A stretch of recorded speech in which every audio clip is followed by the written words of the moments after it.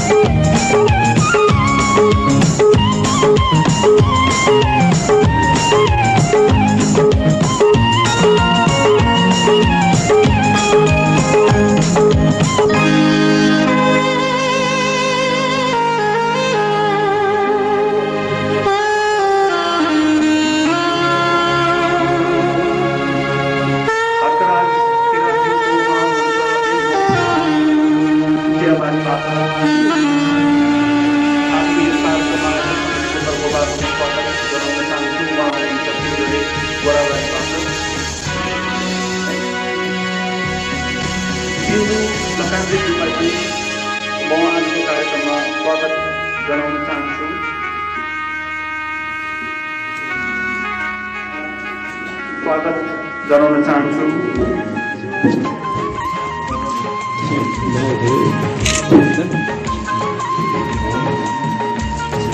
R B घिमिरेज्यू उहाँ हुनुहुन्छ सोनादाबाट, उहाँलाई पनि म स्वागत जनाउन चाहन्छु। अनि धेरै नामहरू यहाँ लगभग छन्, लगभग 64वटा नाम, सायद 64वटा नाम पढ्दा अबेर हुन्छ। एसएम बाङ्देलज्यूलाई पनि हार्दिक स्वागत जनाउनु। अनि मुन्डाकोठीबाट समीर तोया, भौतिक तारुङज्यू उहाँ हुनुहुन्छ नागरिक।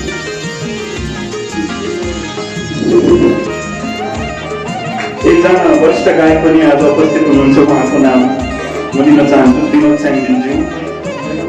मजलिबाट उहाँले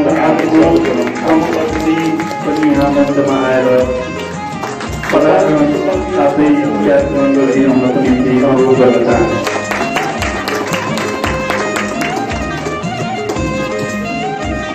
आजको प्रमुख अतिथि श्रीमान मदन ओझाज्यूलाई केही निम्ति मञ्चमा आसन ग्रहण गरिदिनुको निम्ति अनुरोध गर्न चाहन्छु। विभिन्न कला, साहित्य, सङ्गीत, विभिन्न क्षेत्रहरूसँग सम्बन्धित व्यक्तित्वहरूको जमघट भएको छ बाह्रसम्म सायद पहिलोचोटि। त्यसै कारणले आजको कार्यक्रम त्यसै पनि ऐतिहासिक बनिसकेको छ हजुरहरूको जमघटले गर्दा।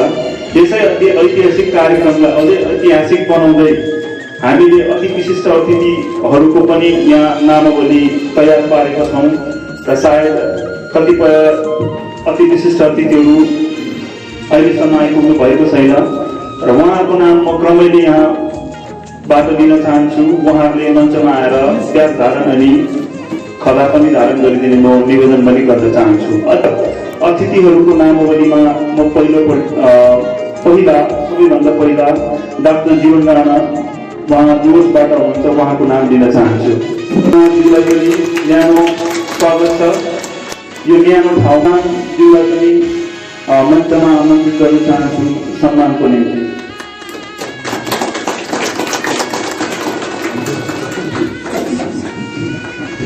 अनि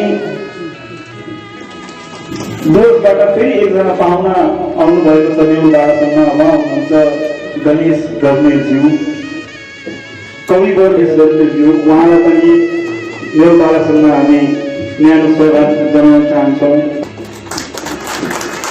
तापक्रम त त्यस्तै हो, तर अलिकति गर्न चाहन्छु। उहाँ हुनुहुन्छ श्रीमान ज्ञापो लामाज्यू खरसाङबाट। उहाँलाई त धेर थोर दादासँग विषय परिचय दिनु पर्ने हो, खासै मैले बुझिनँ, किनभने उहाँले हामीलाई बिहानै उठ्नु बित्तिकै अगाडि देख्नुहुन्छ।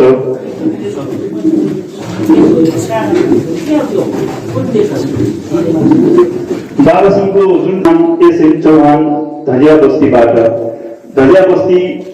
एसएन चौहान पनि उहाँ आइसक्नु भएको छ, तर उहाँ अलि उहाँलाई पनि यहाँ मञ्चमा आएर व्यास धारण गरिदिनु हुनको निम्ति म अनुरोध गर्न चाहन्छु।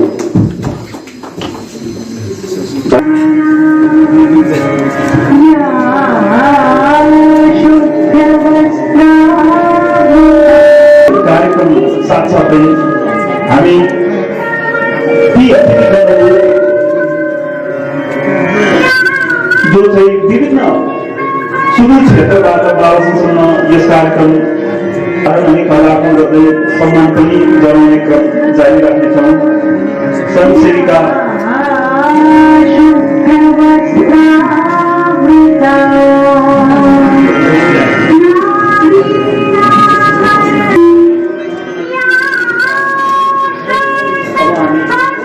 अतिथिहरूको नामोच्चारण गर्ने क्रममा म नामोच्चारण गर्न चाहन्छु। हर्कराज किराज्यूको उहाँ हुनुहुन्छ एम होप चियाबारीबाट। आजको यस कार्यक्रममा आयोजक समितिको तर्फबाट म स्वागत जनाउन चाहन्छु। उहाँ हुनुहुन्छ तिनघरे गोराबारीबाट।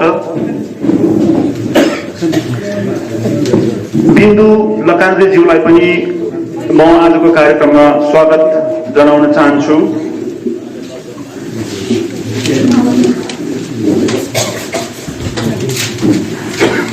श्रीमान श्याम बान्तवाज्यूलाई पनि आजको कार्यक्रममा म स्वागत जनाउन चाहन्छु।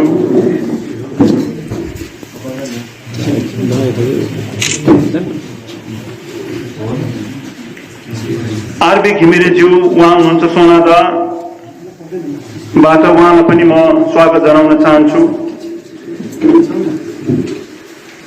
अनि धेरै नामहरू यहाँ लगभग छन्, लगभग 64वटा नाम, सायद 64वटा नाम पढ्दा अबेर हुनु। एसएम बाङ्देलज्यूलाई पनि हार्दिक स्वागत जनाउ।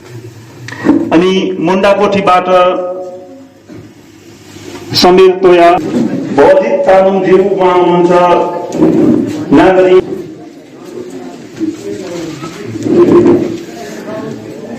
एकजना वरिष्ठ गायक पनि आज उपस्थित हुनुहुन्छ, उहाँको नाम म लिन चाहन्छु विनोद स्याङदेनज्यू मकरदुङबाट। उहाँले पनि हार्दिक स्वागत गराउन चाहन्छु।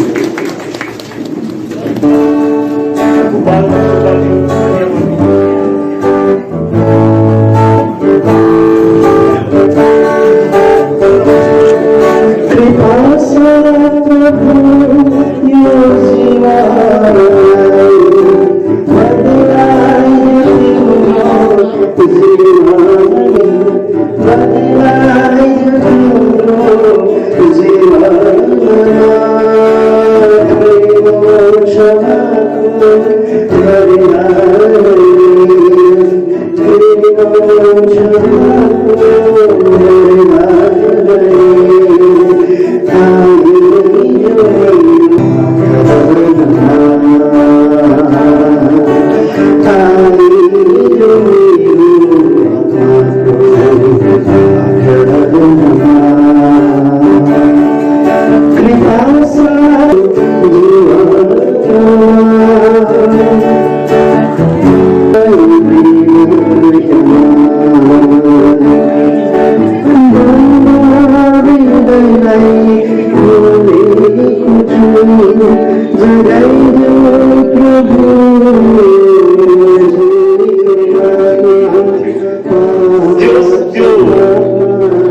मिस्टेक भयो, अलिकति ट्विटमा गल्ती भयो। त्यो गल्तीले गर्दाखेरि पनि मैले मेरो सञ्चालनमा अलिकति गर्नुपर्ने मौका चाहिँ पाएँ, 2 मिनटको लागि भए पनि। त्यसको निम्ति चाहिँ म कृतज्ञ नै छु। यो प्रिन्ट मिस्टेक अथवा प्रिन्ट गल्ती गर्नेहरूप्रति म एकदम आभारी छु।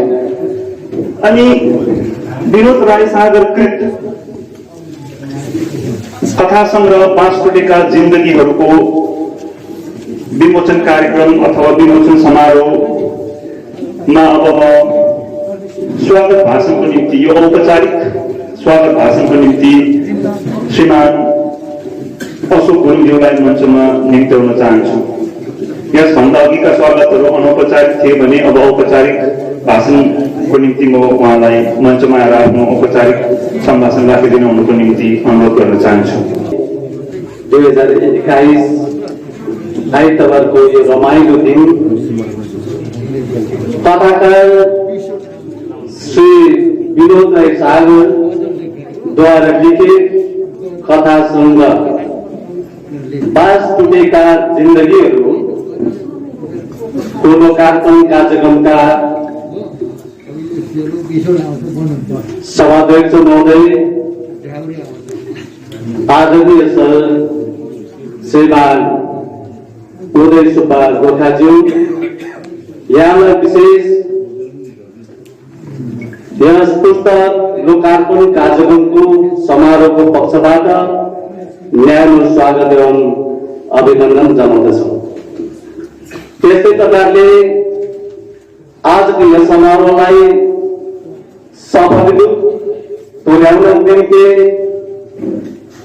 नागरिक एकपल्ट आफ्नो बहुमूल्य समय दिएर हाम्रो निमन्त्रणालाई स्वीकार गरी आइदिनुहुने आजका हाम्रा प्रमुख अतिथि आदरणीय सर श्री मदन ओझाज्यूलाई पनि नेउर बालसन च्याराले पुस्तक विमोचन कार्यक्रम समारोह समितिको पक्षबाट न्यानो स्वागत एवं अभिनन्दन जनाउँदछु। साथसाथै 2021 को यहाँहरूलाई मङ्गलमय शुभकामना पनि व्यक्त गर्दछौँ। यसै सन्दर्भमा भन्नुपर्दा साहित्यकार श्री विनोद राई सागरज्यू साह्रै नयाँ कवि अनि कथाकार त होइनन्।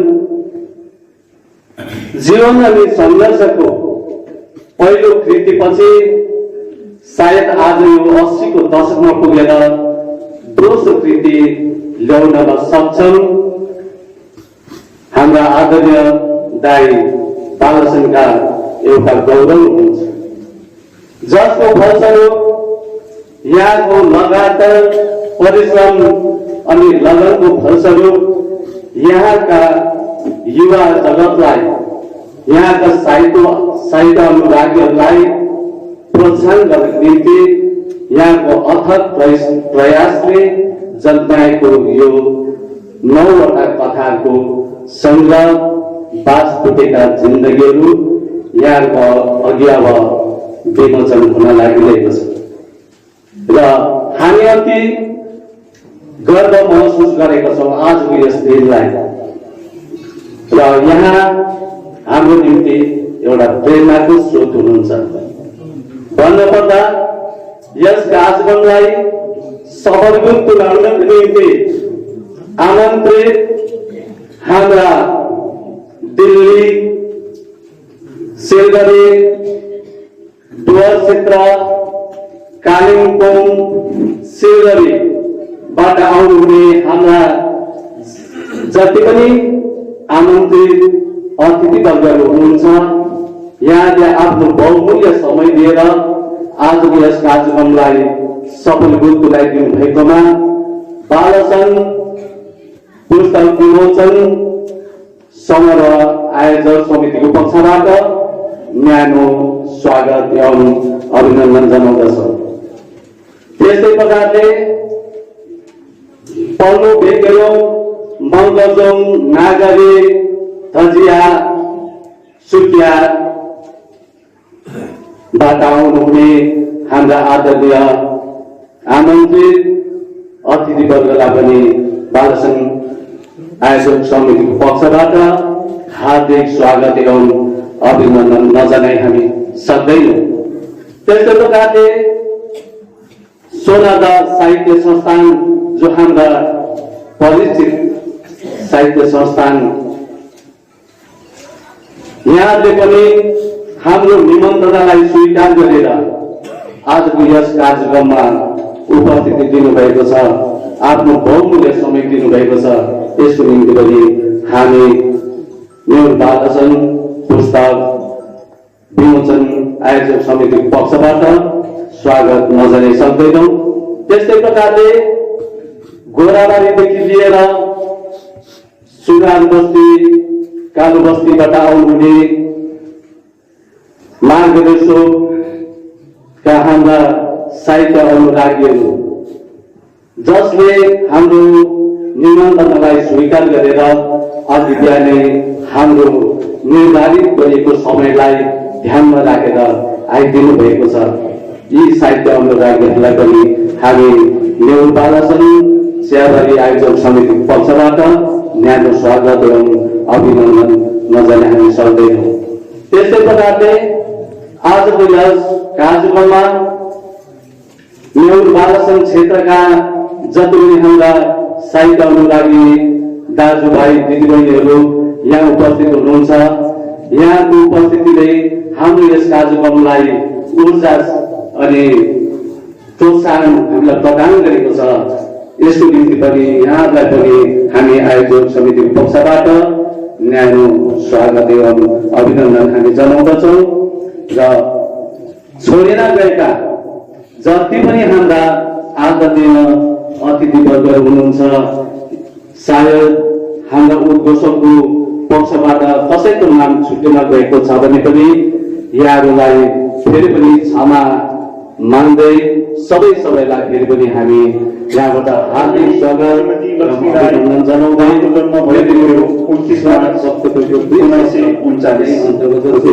धन्यवाद। अनि उहाँको अघिल्लो चरणको जन्मिएपछिको उहाँको जीवनमा घटेका अथवा उहाँले भोगेका केही जे विषयहरू भन्नुको समक्ष विस्तारै म बस्दैन छु। त्योभन्दा अगाडि हामीले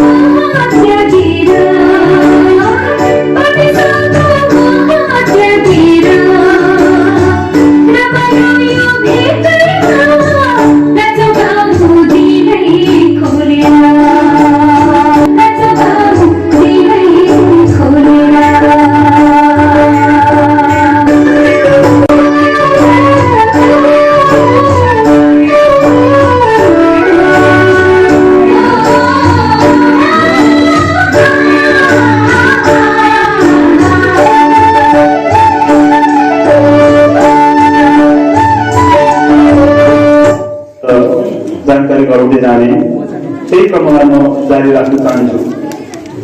उहाँले मेट्रिकुलेसन स्तरको शिक्षा हासिल गर्नुभएको थियो कलकत्ता युनिभर्सिटीबाट साल 1959 मा। अनि मेट्रिकुलेसनको जुन चाहिँ शिक्षा हासिल गरिसकेपछि उहाँलाई साहित्यमा प्रेरणा दिने बालसँगै एकजना साहित्य प्रेमी भनौँ अथवा साहित्य पारखी भनौँ हुनुहुन्थ्यो। उहाँको नाम थियो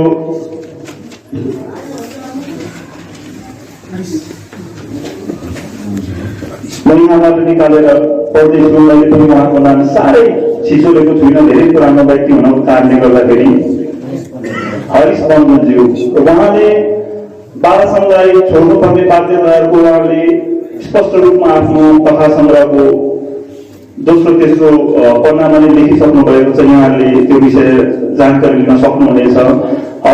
स्वर्गीय हरिश बन्धनज्यूको प्रेरणाको छहारीमा बसेर विनोद राई, कथाकार विनोद राई सागरज्यूले आफ्नो साहित्य लेखनको जुन चाहिँ यात्रा थियो त्यो सुरु गरेको हुनुहुन्थ्यो भने जीवन धान्नको निम्ति काठमाडौँतर्फ लागिसकेपछि उहाँले अलिकति एक्लोपन पनि महसुस गरेको कुराहरू मलाई बताउनु भएको थियो। त्यही क्रममा उहाँ भारतीय थल सेनामा भर्ना भएर लगभग 14 वर्ष राष्ट्र सेवामा लाग्नु भएको कुरा पनि उहाँले स्पष्ट रूपमा मलाई पनि बताउनु भएको थियो अनि उहाँले आफ्नो पुस्तकमा पनि लेखिसक्नु भएको छ। अनि यो फलाने जिन्दगी, सैनिकको जिन्दगी फलाने जिन्दगी, अनुशासन पनि फलान जस्तै कडा, हातमा बोक्ने हतियार पनि फलानकै, यो फलाने जिन्दगी जिउँदा जिउँदै पनि आफूभित्र भएको कलामी मनलाई चाहिँ कहिले पनि उहाँले कमजोर हुन दिनु भएन भन्ने उदाहरण चाहिँ प्रष्टै भएको छ। आज 81 वर्षको उमेरमा पनि उहाँले आउने साहित्य अनुरागी अनि साहित्यमा चासो राख्ने युवा पिँढीको निम्ति एउटा माइलखुट्टी बनाइराख्छु भन्ने जुन चाहिँ जमर्को कस्नु भएको छ त्यसलाई हामीले आन्तरिक हृदयबाट नै एउटा सम्मान दिनुपर्ने हुन्छ र हामी दिँदछौँ पनि। यसै फलामे जीवनको क्रममा उहाँले धेरै कोसिस गर्नुभएको कुराहरू पनि बताउनु भएको छ, लेख्नु भएको छ। तर अब फलामे जिन्दगी त फलामे जिन्दगी हो, त्यसमा कलमको कुनै ठाउँ हुँदैन होइन। सैनिक भएर भारतीय सेनामा भर्ती भइसकेपछि आफूभित्रको साहित्यलाई धेरै प्रभाव पारेको कुराहरू पनि उहाँले मलाई बताउनु भएको थियो।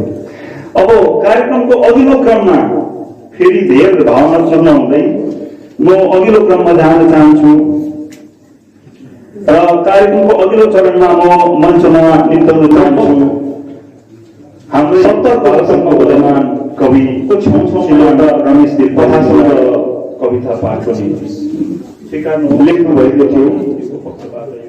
अनि त्यो कथा सङ्ग्रहको नाम थियो जीवन अनि सङ्घर्ष। सायद जीवन अनि सङ्घर्ष लेख्नु भएको त्यो जीवन अनि सङ्घर्ष पढ्ने सौभाग्य त हामीमा थिएन, किनभने म त सायद हावातिरै थियो होला, त्यति बेला जन्मेको पनि थिइनँ। तर जो पढ्ने उत्कट इच्छा चाहिँ रह्यो।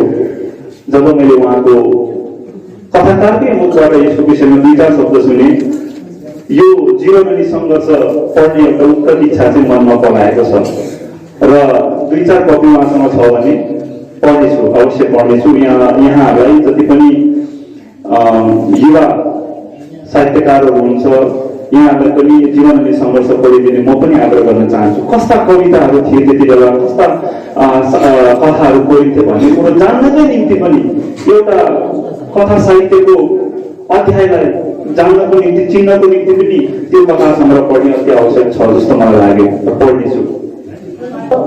उहाँले आफ्नो जुन चाहिँ फलामे जिन्दगीबाट अवकाश प्राप्त गरिसकेपछि फेरि अर्को जीवन यात्रा उहाँले सुरु गर्नुभएको थियो।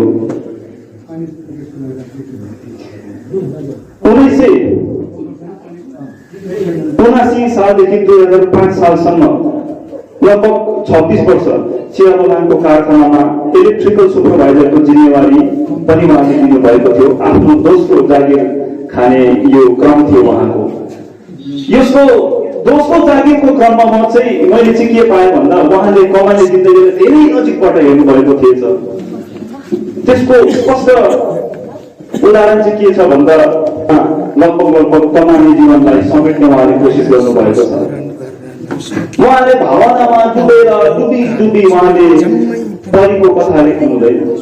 उहाँले यही हाम्रो कमानमा नै शोषित भएर बसेको गोर्खे परिहरूको कथा लेख्नुहुन्छ। उहाँ नारी केन्द्रित कथा लेख्नुहुन्छ।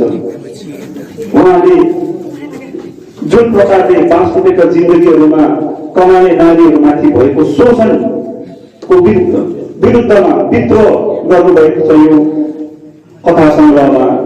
त्यसले हामीले एउटा कुरो बुझ्नुपर्छ, उहाँले कमाने जीवनलाई धेरै नजिकदेखि धेरै गम्भीरतापूर्वक हेर्नु भएको रहेछ भनेर हामीले बुझ्नुपर्छ। अनि उहाँले त्यो 2005 सम्मको जुन चाहिँ यात्रा थियो त्यो पनि अन्त गर्नुभयो 2005 मा नै, र 2005 सम्ममा उहाँले आफ्नो अवकाश ग्रहण गर्नुभएको थियो कमाने जीवनबाट। अनि उहाँको जिन्दगीमा अर्को अध्याय सुरु हुन्छ फेरि। त्यो अध्याय चाहिँ म फेरि यो कार्यक्रमको अघिल्लो चरणको बारेमा तपाईँहरूलाई भनौँला। म मञ्चमा निम्ति आउन चाहन्छु कविता पाठकै निम्ति श्रीमान कविवर श्रीमान भवजित तामाङज्यूलाई। सर श्री विनोद राय सागर द्वारा बास गुडेका जिन्दगीहरू कथा सङ्ग्रहका कार्यक्रमका लोकार्पण समरका दम्पति एकजनाको प्राण गइसकेपछि एउटा लासो परिणत हुन्छ अनि अर्को चाहिँ डराउन थाल्छ।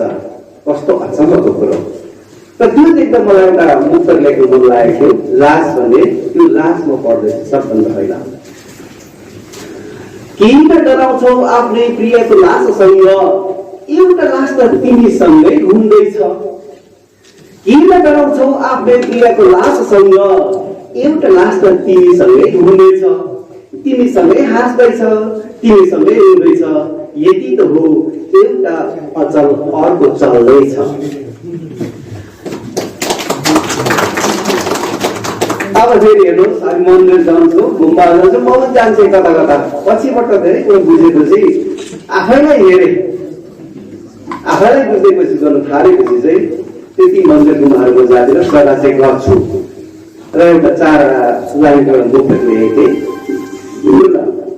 किन चाहियो जटिल धर्म र दर्शन, किन चाहियो जटिल धर्म र दर्शन, किन चाहियो थुप्रै गुम्बा र मन्दिर, किन चाहियो थुप्रै गिर्जा र मस्जिद, तिम्रैमा छ हृदय र मस्तिष्क। हृदय र मस्तिष्क आफैभित्र त सबै कुरो किन रहेछ भनेर चाल पाएर मैले यसरी लेखिदिएको थिएँ। र अर्को छ 3 अवस्था। आँगनको फुलहरूलाई हेरेँ र आफ्नो जीवनलाई पनि हेरेँ र 4वटा लाइन लेखिदिएको थिएँ 3 अवस्थाहरू। आँगनभरि रङ्गी बिरङ्गी फुलहरू बसेछन्, अवोध बन्दको बिदा फक्रिएर पर्खिरहेछन्। आँगनभरि रङ्गी बिरङ्गी फुलहरू बसेछन्, अवोध बन्दको बिदा फक्रिएर पर्खिरहेछन्। फक्रिएका रङ्गी बिरङ्गी यौवन उन्माद भई मुस्काइरहेका छन्। फक्रिएका रङ्गी बिरङ्गी फुलहरू यौवन उन्माद भई मुस्काइरहेछन्। कति भवरा मौरी पुतलीको ताक मएपछि पेशवा गई मुर्झाइरहेछन्। र अब एउटा कविता छ, छोटो कविता। यो कविता चाहिँ तपाईँको अघि मैले भने नि मन लागेको कुराहरू लेखेको कविता। म एक दिन दार्जिलिङ जाँदै थिएँ, त्यहाँ एभन ग्रुप भन्ने हाम्रो गाडी पक्रिने ठाउँ छ। त्यहाँ गएर गाडीमा बसौँ भनेर त सर तपाईँ बस्नुहोस् न अगाडि भनेर अगाडि सिट दिइहाल्यो। त्यसपछि 2-3जना त्यहाँ बहिनीहरू थिए, त्यहाँ बस्नुपर्ने। उहाँलाई गाडी आउनुहोस् न, होइन म त पहुँचिन बस्नुहोस्, तपाईँ त बस्दिनँ भन्छ। बडा अप्ठ्यारो, होइन म पछि चाहिँ दिन्छु भन्दा पनि भएन। सुकियामा झाले केही काम गरेर फेरि दार्जिलिङ हो भनेर त त्यहाँ पनि स्वयंवश एकजना बजाउँदै भयो। ठिकै छ तिमी अन्तिम पङ्क्तिमा नै बस, ठिकै छ तिमी अन्तिम पङ्क्तिमा नै बस, अन्तिम चौकीमा नै बस, नपाए भुइँमा नै बस। नाटक त केही हो छलङ्ग देखिँदैछ, भुइँबाट पनि स्पष्ट बुझिँदैछ। नाटक त केही हो छलङ्ग देखिँदैछ, भुइँबाट पनि स्पष्ट बुझिँदैछ। अग्रिम पंक्तिमा बस्नेले, अग्रिम चौकीमा बस्नेले अर्कै नाटक हेरेकै छैनन्, अर्कै कुरा बुझेकै छैनन्। नाटक एउटै, दृश्य एउटै, अभिनय एउटै, संवाद एउटै, सबैले बराबर बुझ्दैछन्, सबैले समान देख्दैछन्। भुइँमा बस्ने कोहीले झर्दैन, विचारका सिंहासनमा बस्नेको झर्छ त। अग्रिम पंक्तिमा बस्ने, अग्रिम चौकीमा बस्ने कतै अन्तिममा परे अपमान हुन्छ, बदनाम हुन्छ। अन्तिममा बस्नेलाई के को अपमान, के को बदनाम न।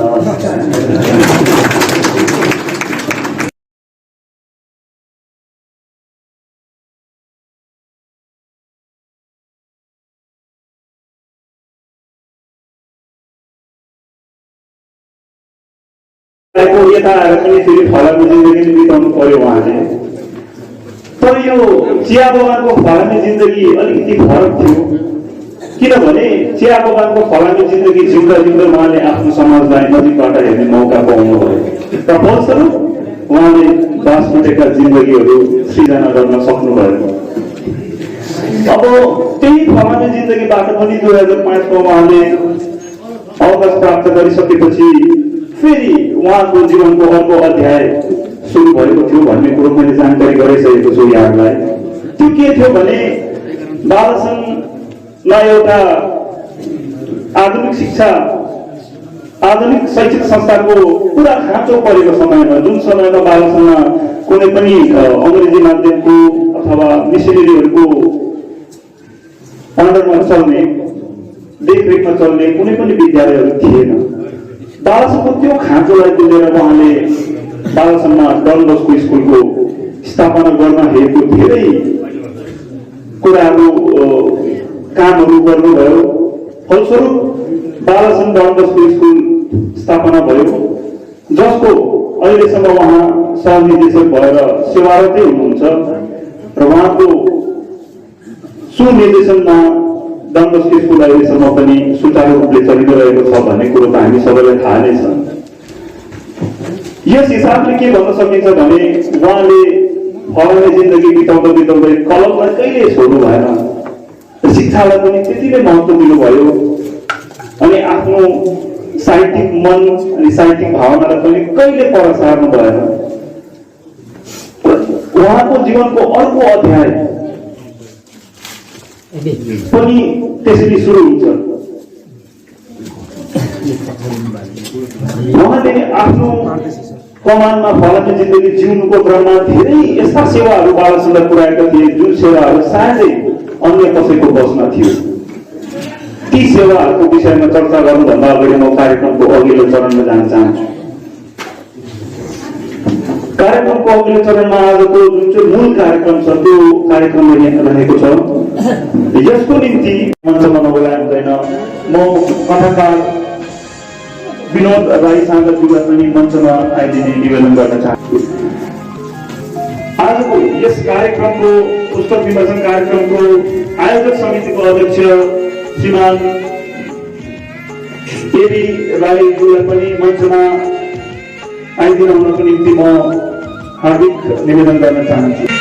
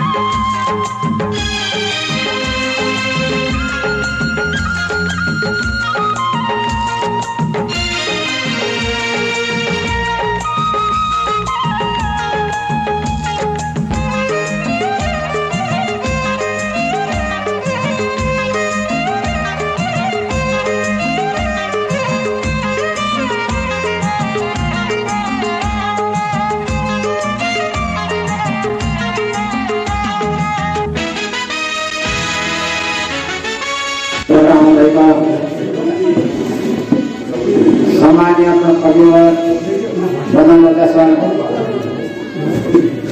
विशिष्ट अतिथिहरूमा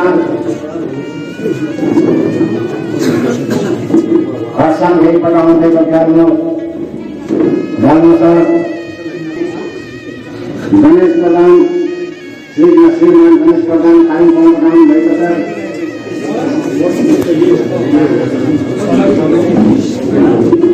धैर्यवासीबाट आउँदैको कुमारदेशन छौन त्यसरी नागरी फर्मबाट आउनुभएको विनोद तामाङ सर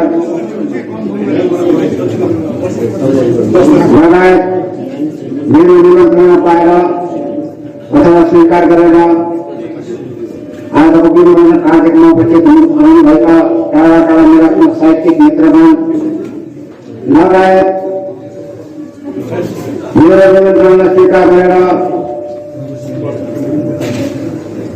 यो भवनभित्र उपस्थित भएर आफ्नो आजको निर्वाचन कार्यक्रमलाई सफल तुल्याइरहनुभएका मेरा बालसञ्चार अगाडिका मेरा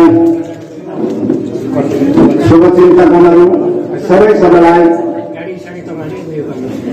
मेरो आन्तरिक हृदयबाट धन्यवाद पठाउँदै यो नयाँ साल 2021 को शुभकामना पनि म तपाईँहरूलाई पठाउन चाहन्छु।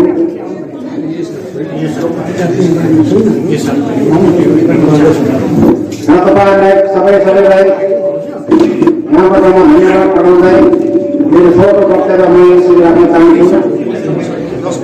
विशेष गरेर मैले आफ्नो पुस्तक सम्बन्धी अथवा यो मेरो दोस्रो कृति राष्ट्रपिता जिन्दगीहरू विषयमा धेरै लामो लम्बा चौडाहरू मैले भन्नु छैन। विशेष कुराहरू केही पनि मैले तपाईँलाई भन्नु छैन। जे जति मैले भन्नु छ यस पुस्तकको 5औं पृष्ठमा मैले आफ्नो वक्तव्यहरू राखिसकेको छु। तथापि दुई शब्द भन्नुपर्दा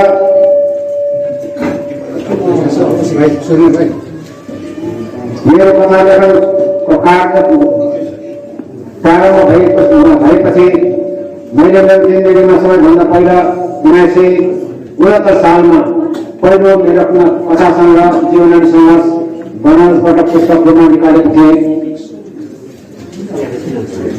र आज यो लामो अन्तरपछि 52 वर्षको बादमा फेरि यो मेरो दोस्रो कृति राष्ट्रका जिन्दगीहरू मैले प्रकाश रूपमा ल्याएर तपाईँ समक्ष म आइरहेको छु। यो मेरो दोस्रो कृति एकदमै राम्रो लेखेको छु म कदाचित भन्न सक्दिनँ।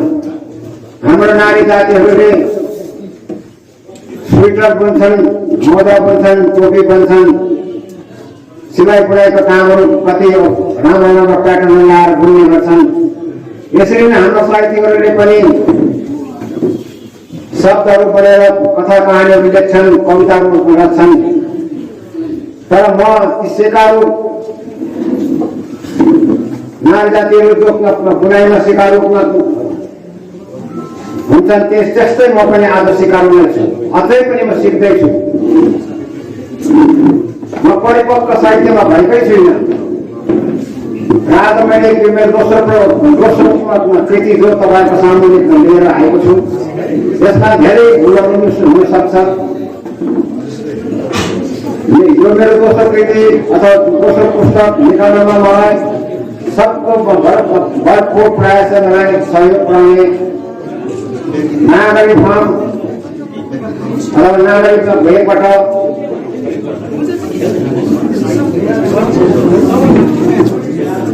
डाक्टर शुक्ला इत्यादि सरको म आभारी छु।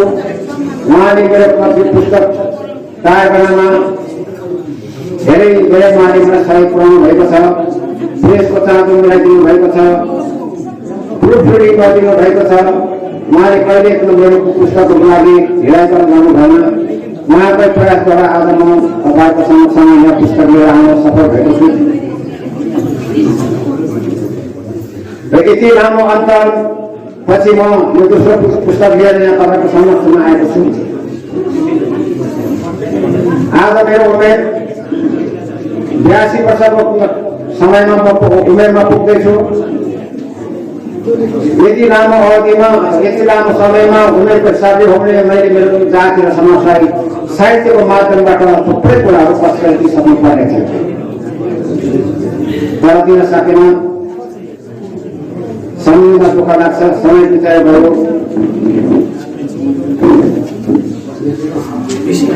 हाम्रा लेखक र कविहरू लेख्छन् र आफ्नो लागि कदाचित लेख्दैनन्, समाज र जातिको लागि लेख्छन्। तर दुःखको कुरो हाम्रो समाजमा हाम्रा साहित्यिकहरूले लेखेका पुस्तकहरू किनेर पढिदिने पाठकहरू हामी धेरै कम मात्रामा पाउँछौँ। हाम्रा लेखकहरूले लेखेका पुस्तकहरू बिक्री व्यवस्थाको लागि धेरै वर्षसम्म ताकमा टक्सिएर बस्नुपर्छ।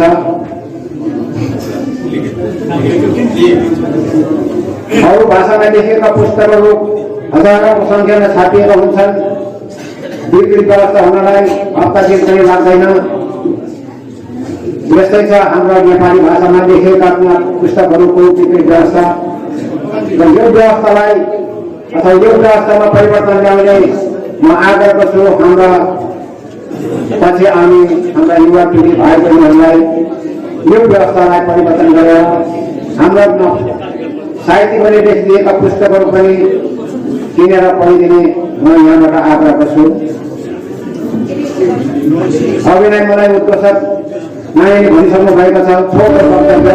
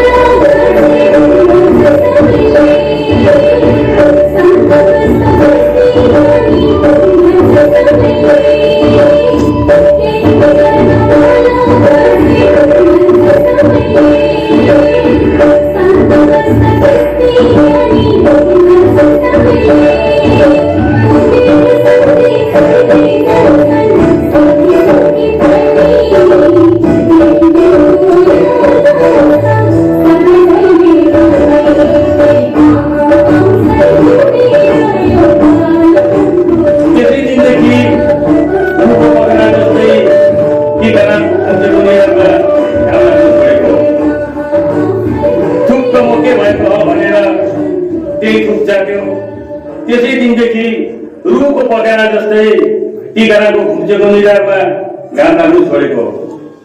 छिछि छिछि छिछि पहिलो खाटा सरीको थुक कसरी चाट्यो हो? छिछि छिछि पहिलो खाटा सरीको थुक कसरी चाट्यो टिकारामले? एकपल्ट थुक्क भनेर थुकेको थुक किन चाट्यो हो? एकपल्ट थुक्क भनेर थुकेको थुक किन चाट्यो हो?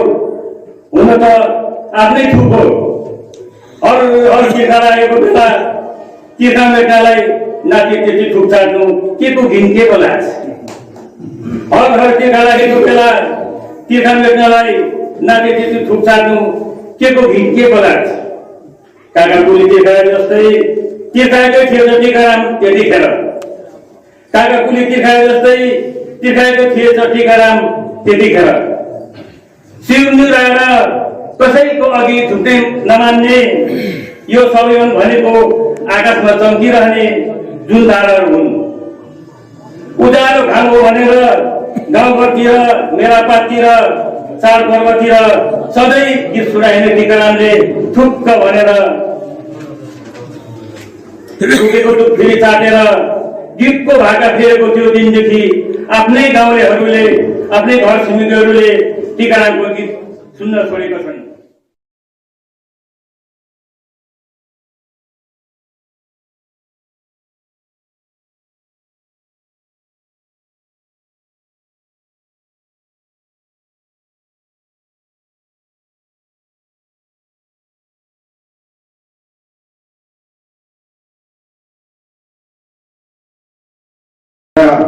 कतिपय मेरा मित्रहरू छन् कुमार इन्जन जो गोदन शिशुमा शिक्षक हुनुहुन्छ जीवन खाती उहाँहरूलाई धेरै पहिलेदेखि चिनेर आएको र आज यहाँ उपस्थित हुन पाउँदा आफैलाई खुसी लागेको छ। र गजल एउटा उर्दू शब्द, गजल लेख्ने आफ्नो आफ्नो शैली आफ्नो आफ्नो विचार आफ्नो आफ्नो अनुभव हुन्छ। मैले गजल लेख्नु त गजल भनेर लेख्नु त धेरै वर्ष अघिदेखि लेख्न थालेको हुँ। तर एउटा कुरा के स्पष्टीकरण गर्न चाहन्छु भनेदेखिलाई मेरो गजल शास्त्रीय गजल होइन, स्वतन्त्र गजल हो। र यस गजलमा गजलहरूमा कहीँ काफिया मिलेको हुन्छ, कहीँ आंशिक काफिया मात्रै मिलेको हुन्छ, स्वतन्त्र गजल मात्रै हुन्छ। शास्त्रीय गजलमा भने पहरदेखि पहरसम्म पुरै छन्द मिलाइएको हुनुपर्छ। सायद मेरो गजलमा त्यस्तो चाहिँ अघि नै हाम्रो आजको स्रष्टा विनोद दाई जागरले भन्नुभयो म अझै पनि सिक्दैछु भने म पनि सिक्दैछु। त्यो गजलका निम्ति यस्तो रहेछ फारसी अरबी उर्दू हुँदै आएको पनि हिन्दी अनि नेपाली भाषामा आएको। सायद मलाई लाग्छ त्यो सिक्दा सिक्दै नै जीवनको अन्त पनि हुन्छ होला। यहाँ वरिष्ठ साहित्यिक विद्वान महानुभावहरू हुनुहुन्छ, वरिष्ठ गीतकार कवि आदरणीय मदन भोजाजी हुनुहुन्छ, हाम्रा उदय सर हुनुहुन्छ, उहाँहरू वरिष्ठ अधिकारी डाक्टर जीवन राणाजी हुनुहुन्छ अनि भवन तामाङज्यू र उहाँको छेउमा यो मेरो सायद तपाईँले सिकाउनु भन्नुहोस् या यस्तो छ जतै घुमाए पनि खडा माला लाउने बुढी हुँदो रहेछ। जतै घुमाए पनि खडा माला लाउने बुढी हुँदो रहेछ। अरूको सुई फाली हुँदा हाम्रो फाली सुई हुँदो रहेछ। जतै घुमाए पनि खडा माला लाउने बुढी हुँदो रहेछ। अरूको सुई फाली हुँदा हाम्रो फाली सुई हुँदो रहेछ। बुझ्नुभयो होला। जब एउटा परिवार चलाउनु त रणनीति चाहिन्छ भने जब एउटा परिवार चलाउनु त रणनीति चाहिन्छ भने रणनीति बिना संसार राख्न खोजे खुई हुँदो रहेछ। जतै घुमाए पनि कता माला लाउने उही हुँदो रहेछ। अरूको सुई फाली हुँदा हाम्रो फाली सुई हुँदो रहेछ। सत्ता भनेको सायद दिव्य शक्तिकै पर्याय हो कि सत्ता भनेको सायद दिव्य शक्तिकै पर्यायको हो कि यसको रात र तापले लोकप्रिय फुल पनि चुही हुँदो रहेछ। यसको रात र तापले लोकप्रिय फुल पनि चुही हुँदो रहेछ। जतै घुमाए पनि खडा माला लाउने उही हुँदो रहेछ। अरूको सुई फाली हुँदा हाम्रो फाली सुई हुँदो रहेछ। शिखरमा नपुगुन्जेल कोडीको पनि पाउ मोल्छन् ती। शिखरमा नपुगुन्जेल कोडीको पनि पाउ मोल्छन् ती। पुगेपछि मुद्दाहरू स्वार्थको कराईमा झ्वाइँ हुँदो रहेछ। जतै घुमाए पनि खडा माला लाउने बुढी हुँदो रहेछ। अरूको सुई फाली हुँदा हाम्रो फाली सुई हुँदो रहेछ।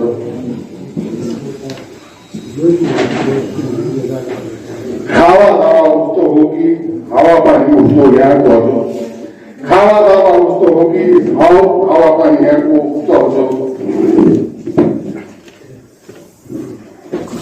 नेताको बगमपुचे नेताको भन्दा जनताको भाइ कोही हुँदो रहेछ। बगमपुचे नेताको भन्दा जनताको भाइ कोही हुँदो रहेछ। जतै घुमाए पनि घरमा लाउने कोही हुँदो रहेछ।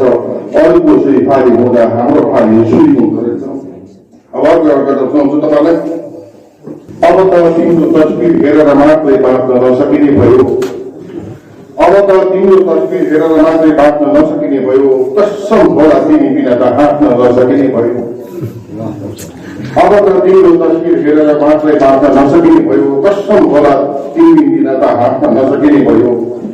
मन त पर्छ असाध्यै तिम्रो रूप र लावण्य प्रिय। मन त पर्छ असाध्यै तिम्रो रूप र लावण्य प्रिय।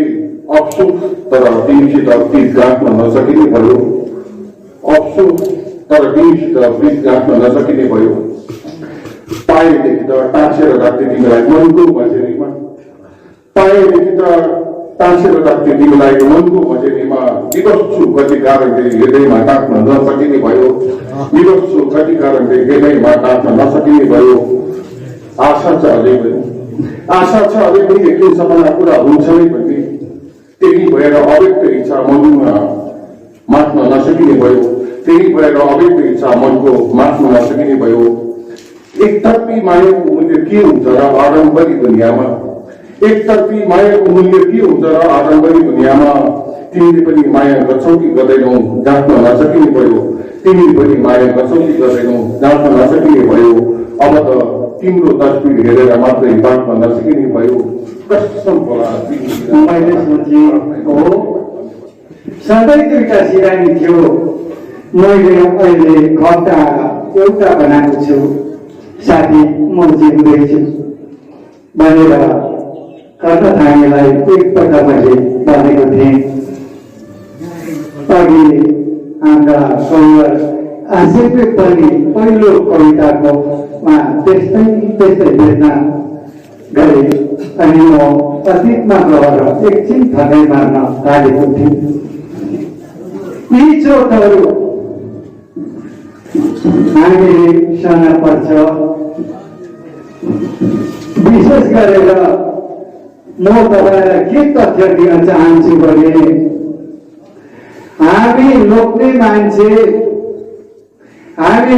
मान्छे मर्नु पर्दा स्वास्थ्य भन्दा 2 घडी अगाडि मर्नु पर्छ। हामी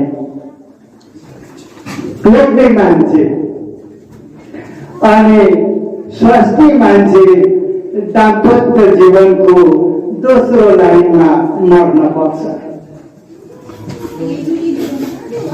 दुःख काँधमा बोक्नु पर्दो रहेछ अनि प्रत्येक पल उसको सम्झनाले सधैँ सताउँदो रहेछ हामीलाई। र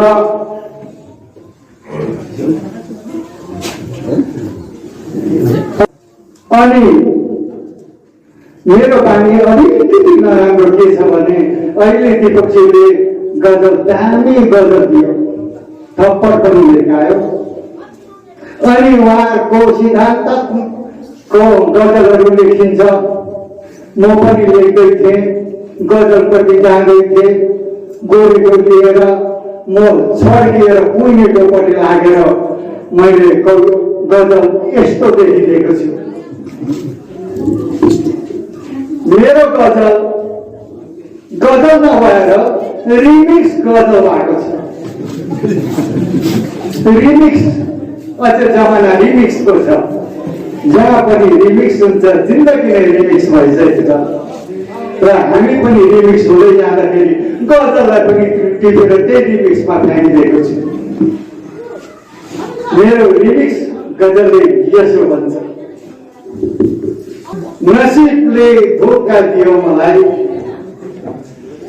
नसीबले धोका दियो मलाई, बर्बाद बन्यो जिन्दगी, सबैलाई आशा र विश्वास गरे, बेवफा बन्यो जिन्दगी। मालुम छैन मलाई मैले कसको आशा गर्दैछु सधैँ।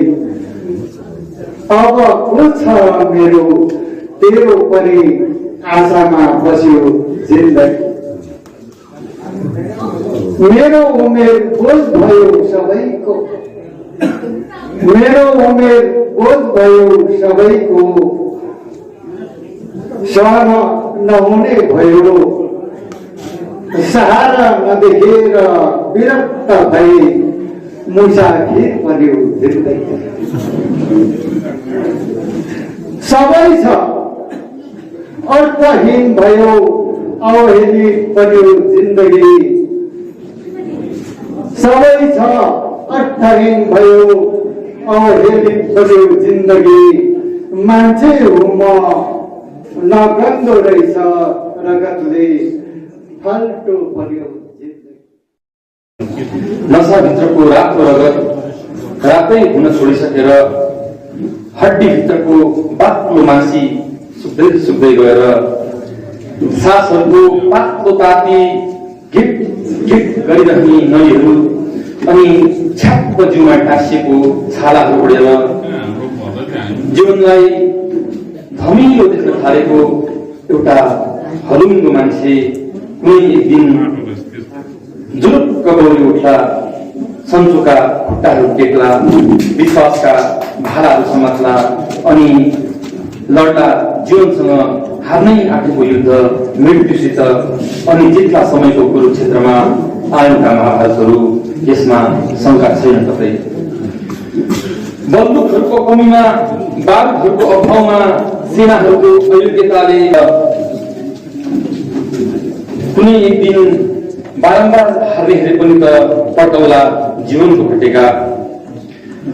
समयको राजमहलबाट लखेटिएका रोबोट ब्रुसहरू, समयको राजमहलबाट लखेटिएका रोबोट ब्रुसहरू एकान्तवासमा बस्दा बस्दै फेरि एकपल्ट उठ्न सिक्लान् माकुराहरूबाट अनि फेरि गाउँलान् विजय धुन। हिउँदोको लामेता तिर्खाले क्याप क्याप भएर खोलाहरू पनि प्रत्येक बर्खामा जोड जोडले गाउँलान् जितको तीखो तीखो सुसेलीहरू। नियतिमै शिकार भइरहनु पर्ने लाचारी तागेर जीवनको अघोर मायामा बाँच्न रुचाउने मृगहरू पनि एक दिन बाघको शिकार गर्न पस्लान् जङ्गलहरूमा अनि पिठ्यौँ फर्काएर सधैँ भागी हिँड्नुपर्ने, हात फैलाएर सधैँ मागी हिँड्नुपर्ने, इज्जत हत्केलामा राखी हिँड्नुपर्ने विश्वकै लुखुरे सेनाले पनि कसो नजित्ला मैदानमा युद्ध भूमिहरू एक दिन हजारपल्ट हारेको युद्ध मैदानमा जितिएला एक दिन, हजारपल्ट हारेको युद्ध मैदानमा जितिएला एक दिन, कैयौँपल्ट मारेको आत्मा आफै जाग्ला एक दिन, कैयौँपल्ट मारेको आत्मा आफै जाग्ला एक दिन। तागतले हारेको युद्ध, बारुदले हारेको युद्ध, भूगोलले हारेको युद्ध, हारेर पनि हारेको युद्ध एक दिन जित्न सकिँदो रहेछ। तर कहिल्यै कहिल्यै एकपल्ट हारेपछि, सैछान गरेपछि जित्न सकिँदो रहेछ। कागजमा हारेको युद्ध, कागजमा हारेको युद्ध।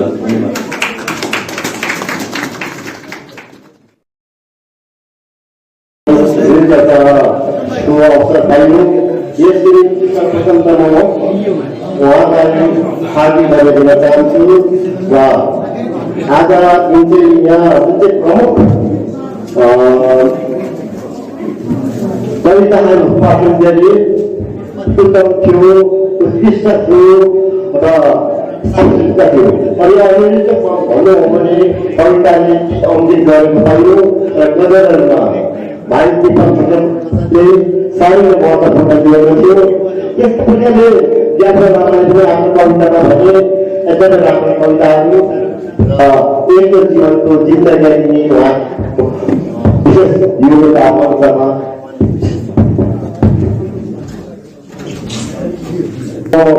यहाँलाई भन्नुपर्छ दिनुभएर यदि तपाईँलाई हामीलाई पाउनु भयो र पिरोजीलाई सर्वप्रथम बधाई दिन चाहन्छु। उहाँको उमेर अनुसार यो कविता यो कथासँग अतिरिक्त नै होला र विशेष केही छैन। आज टाढा जसै अतिथि हुनुहुन्छ, जसै कपिलजी हुनुहुँदा सिलगढी हुनुहुँदा सुरेश त्यागी, हामीसँगै आउनुभएका कवि गीतकार भनौँ भजी तामाङ, भाषा विद्याचन्दन राजेन्द्र भाषा अभिन्न साहित्यकार थियो यहाँ किराँतीहरूको हजार किराँती हाम्रो सरकारी गुरु हो र मलाई यो पाठशाला आउने इच्छा पुऱ्याइरहेको थियो जहाँ हाम्रा शिरोमणि साहित्यकार विद्यार्थीको जन्मस्थानमा भएको थियो भन्ने सुनेको थिएँ र यस्तो जग्गाबाट उहाँ शिखर पुरुष भएर नेपाली भारतीय साहित्यमा उहाँको इच्छा स्थान उच्च रहेछ मात्र नभएर नेपाल पनि विद्यार्थीलाई अवश्य पनि मान्नेछन् जसले दार्जिलिङ सम्झे भनेका थिए दार्जिलिङ जो गर्छ त्यो भोलि नेपालले गर्छ र इन्द्र बदल जस्तो जन्म यस पार्षदबाट भएको हामी चियाबारीमा बस्ने अहिले जुन मध्यान्तर जस्तो भएको छ मध्यान्तरमा त्यो कतिपय साथीभाइहरू खानपानमा जानुभएको छ र जुन प्रकार भजकै परेर म त गाउँमै भन्ने गाउँमा आउँदैन जे जस्तो सकिन्छ गाइन्छ र आज आउनुको तात्पर्य के छ भनेदेखिलाई यो कस्तो सुन्दैछ गीत गाउँदा सुन्दैछ कि नगीत गाउँदा सुन्दैछ हाम्रा आजका स्रष्टा आदरणीय विनोद राई सागरजी उहाँले विख्यात गर्नुभयो आफैले म त नआउने पक्षमै थिएँ तर जुन उहाँको आग्रह थियो आग्रहलाई चाहिँ गाउनु चाहिँ होइन तर आग्रहलाई मानेर आउनु चाहिँ पर्ने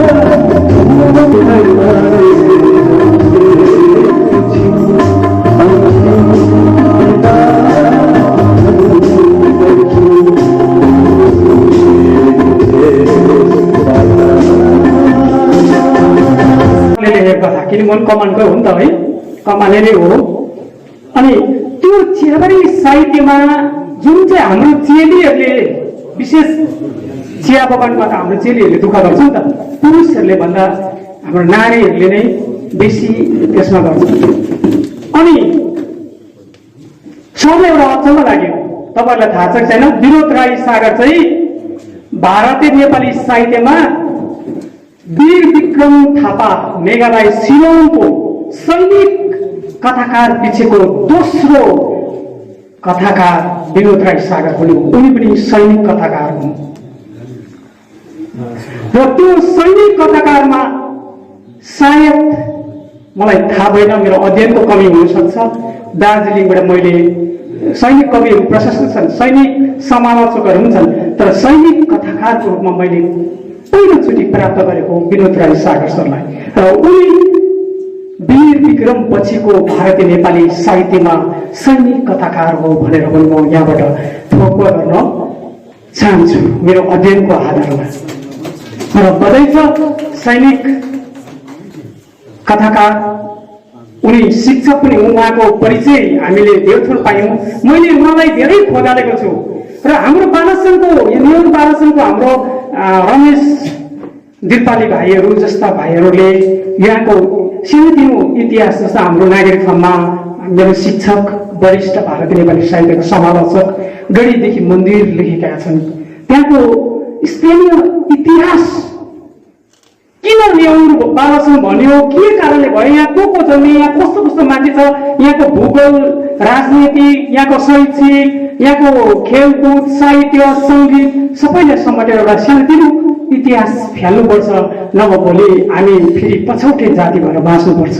किनभने हाम्रो इतिहास जबसम्म हाम्रो कुरो अरूले पढ्दैन तबसम्म हामीलाई अरूले बुझ्दैन। र हाम्रो इतिहास नागरीको इतिहास तपाईँले राङभाङ भेलीको इतिहास आजकल त राङभाङ भेली पनि भन्दैन, एसएन चौहान सरले मार्नुहुन्छ राधा अञ्चल ठुलो प्रशासनिक कुरा भने कि पहिला अन्त होइन, हामी त राङभाङ भनेर राङभाङ खोलालाई मात्रै होइन, हामी त बालासर र राङभाङ खोलाको बिचमा पर्ने लुती रहेछ, त्यसले गर्दा हामी राधा अञ्चल भन्नुपर्छ अब भने एसएन चौहान सरले सही भनेको। र हाम्रो राधा अञ्चलको अब जस्तै नेहरू बालसनको पनि इतिहास लेख्ने टाइम आएको छ र 81 वर्ष पुगेको म त अघि 81 वर्ष भने त पत्याएन सरले, म त 65 भन्दै थिएँ, मैले राणा सरलाई 65 भनेको थिएँ कि 81 भनेर म छक्क 81 उमेरमा त हामी त हुँदैनौँ, पक्कै हुँदैनौँ। तर सर चाहिँ 100 वर्ष मास्नुहुन्छ है सर, मैले भनिदिइरहेको छु, तपाईँ लेखिराख्नुहोस्। अनि 81 वर्षको बुढो त काम छ त्यसरी थ है, सर त काम दिएन, गुरु बेगबाट सर भन्दै आउनुहुन्छ, आँखा राम्रै चिनी जम्मै खान्छ। म त डायबिटिज पेसेन्ट हो, म त अघि सुई लगाएर आएको 21, अघि कामदै दिएँ खाना ढिलो दिँदाखेरि म तर म त बिस्कुटहरू अघि पोकोमा राखिरहेर खाएँ कचाएको छु। र त्यो बोल्ने जोस पनि झन्डै हराए पनि। जे होस् 81 वर्षको उमेरमा हाम्रो साहित्यलाई सृजना दिनु अरूले भयो, म त बुढो भयो, अब केही गर्नु सकेर तिमीहरूले गर भाइ हो भन्ने समयमा हामीलाई यति मिठो कथा दिनुभयो, बास टुटेको जिन्दगी। तपाईँ हामीले लामो भयो नि, ला कथामाथि बोल्नु पाउँदैन क्या हो, के भने समीक्षा चाहिँ रसिलो सुन्नु पाउँछु, तर सागर सर चाहिँ धेरै अनुभूति नलिएर हुन्छ सर, म छोड्छोड बोल्छु ल। समाजको अनेक मान्यता र तह र वर्गबाट फरक प्रकारले हामीले आर्थिक सामाजिक व्यवस्था लिएर पनि यो कथामा हामीले पाउँछौँ। यहाँनिर विनोद राई सागरको कथालाई वर्गीकरणको ट्याग लगाउनु पर्दाखेरि चाहिँ कथालाई मुख्य रूपले विषयवस्तुको रूपमा लिनुपर्छ र तत्त्वगत र बाहुल्यताको स्वरमा प्रविधिको दृष्टिबिन्दुको आधारमा हेरिरहँदा बास टुटेको जिन्दगी एउटा सफल कथा सङ्ग्रहहरूको महाविद्यालयमा भर्ना भइसकेको एउटा कथा सङ्ग्रह।